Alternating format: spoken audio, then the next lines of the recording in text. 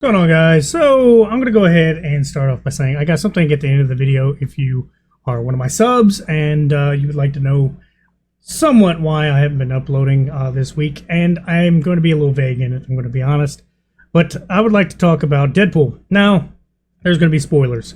I'm going to try not to spoil the whole thing, but I'm going to get into the things I gushed about and some characters that were shown, and that's about as much as I'm going to talk on. Few talking points here and there, but also go ahead and tell you this is going to be arbitrary. 9 out of 10 to me. I'm a huge fanboy though, so I'm biased. I'm 100% biased. He's one of my top 5 favorite characters, which is Deadpool, and like number 1 is Wolverine. So yeah, you put those two together, you pretty much got me sold.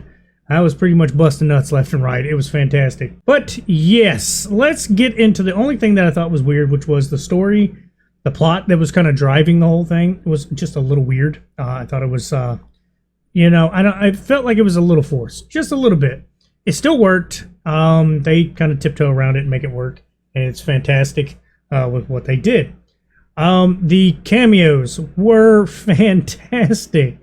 Obviously, there was some variants for Wolverine. Well, here's the Wolverine variants, pretty much verbatim. They have the actual sized lore accurate Wolverine, which was still played by him. The only one that wasn't played by Hugh Jackman was the Henry Cavill big ginormous Wolverine, and it's crazy to see how big he just is compared to everybody else. And it was actually funny. He does the meme where he reloads his arms and then he has the claws out and he just punches Deadpool. It was awesome.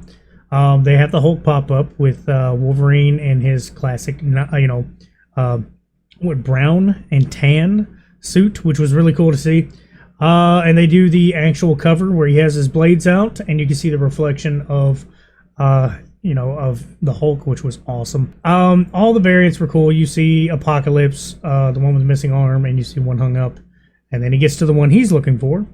And there's a long story behind that, which I thought was a little bit more emotional than I thought it would be. X-23, as you saw in the trailer, makes a return, and she does really good. Here's some that I didn't expect, which was Elektra, Gambit, and Blade. And I'm talking about Wesley Snipes. It was awesome to see him back. Even though he is a super heavy diva and an asshole, and from what I understand, I don't think him and Ryan Reynolds got along real well in the third movie, but they even make a joke about that. They do. They even talk about it, which was kind of funny.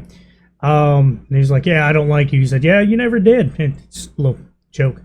And Gambit makes a joke about his movie being canceled, which was actually pretty funny. And his accent was perfect to me. I don't know. I've hung out with quite a few. I grew up around some Cajun people, and he seemed pretty spot on, sounded accurate to me. Maybe I'm not the professional. He speaks a little French in there too, which was perfect. It just kind of put that little bit of right on the top of it, and it was perfect to me. The costumes were amazing. Every one of them brought, that feel, the nostalgia back, and it was awesome to see that. One bit of extra spoiler, is not the end credit scene, but I'm going to get to what was in the credits, not the end credit scene. I'm going to go ahead and let you watch that because it was fantastic, and I don't want to spoil that. But they did essentially, I think it was Jackass 3, it may have been 4. But at the end of it, they did this whole parallel showing the cast in like their first parts, like before the roles or early Jackass. It was super like, pulling on your heartstrings, seeing where they came from. All the characters, a lot of the Fox brand movies are being shown in this basically a montage. It's a hodgepodge of like all the behind the scenes, and it's super cool to see like Hugh Jackman talking about Post 2, I think, is when he's talking about like he was so nervous about even playing him to begin with, and that the guy that played Sabretooth was real inviting in it, and it was just really nice to see him have like this back and forth where you can see all the main characters, talking behind the scenes of how great it was to play these iconic characters, before now. Like this was 25 years ago, which makes me feel old because I forgot it has been that long. But they talk about, their places in these movies and stuff. It was just really cool to see in the credits. But to get back on track of the story, Cassandra Nova was really good. I thought her character had a good demanding presence for what little screen time she basically had. I think she should have carried on to become a baddie somewhere else because she is powerful. It was crazy to see her ability. So instead of giving her just the telepathy like you would normally see, she has to physically go into your head, and the CG was so immaculate and gross. Seeing her like dig around people's heads to like touch their brains, and then she would like grab them by that, like, I don't know, that space and hook onto their face and drag them. And it was really good. And her powers were super overpowered. And a lot of this takes place in the void, or this chunk takes place in the void, which was actually really cool to see again. And they make a reference towards it. But that's the gist of it. I don't want to do too much spoilering. Jesus, I'd get it out eventually. I don't want to ruin it too much because it's actually fantastic. You should go watch it. It's the first time I myself have went to the theaters since before, the end times.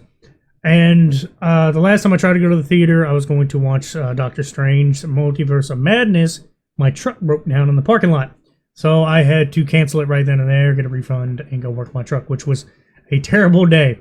But this time it was actually a little bit more enjoyable because our theater sells beer. That was way better. I actually got to enjoy myself a lot more. And I don't know, maybe it was just more funny because also I was super tired. I've had a few naps today just because I had to make sure I was up and coherent to go watch this movie. And it was, oh God, I can't tell you enough to go watch it. I'm not going to say it's going to revitalize the MCU. A lot of people want it to. That's fine. I think the MCU is pretty much gone at this point to me. I'm pretty dead set on not really keeping up with too much more. But they even make jokes about that, how, they're bringing back the MCU almost single-handedly. And I think it's pretty funny. But yeah, that's about all I got to say about that. 9 out of 10 to me, 10 out of 10, whatever you want to call it. I don't care.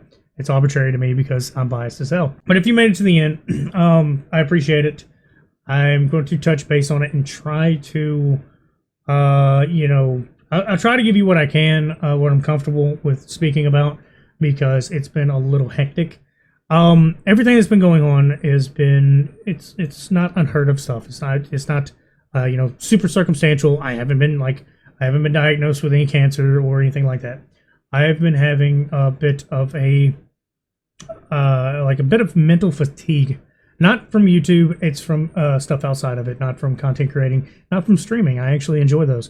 I've had stuff happen that I actually took off this week to stream and get back on track. Work has been a little hell, and then getting off work these long hours. And then when I come home, some things I was having to deal with just was a nightmare, a small nightmare, a little bit hectic, a little bit stressful, super annoying, and it really got me exhausted, and I just didn't feel like firing up my computer, didn't feel like, looking at anything. I was just watching old lore videos with NC, I think it's NC Hammer 24.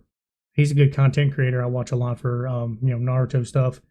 And I just been watching anime lore videos just to try to get my head cleared. I've what time I was awake that I could spend away from my bed was me sitting on my recliner and playing remedial, boring, repetitive games just to keep my mind functioning because I was just so stressed out, and it was my only way to wind down. But everything's better. Nothing's too much I can't handle. I will say that. And by all means, I appreciate all the support I've been getting, especially on my stream. So yeah, I'm sorry I didn't stream this week. I was going to stream this weekend. I actually went out of my way to go find Deadpool, the video game. Couldn't find it. I have it on PS3, which I can still stream if I want. I was just wanting the PS4, edition. I thought it would play a little better. I might be wrong, but I just think it would probably play better. And I just didn't get a chance. I just couldn't find it. But I did find something else, which I'll probably do a whole different video on because I'm actually super ecstatic about it. I'll give you a hint. It's Castlevania related. And if anybody's watched my content for a little while, Castlevania is my bust-a-nut favorite. But yeah, like I said, I appreciate all the support. It's been a little zoned out here lately. But, I'm back up and I'm functioning really well now. And like I said, appreciate all the support. But that's about all I got to say. Y'all have a good one.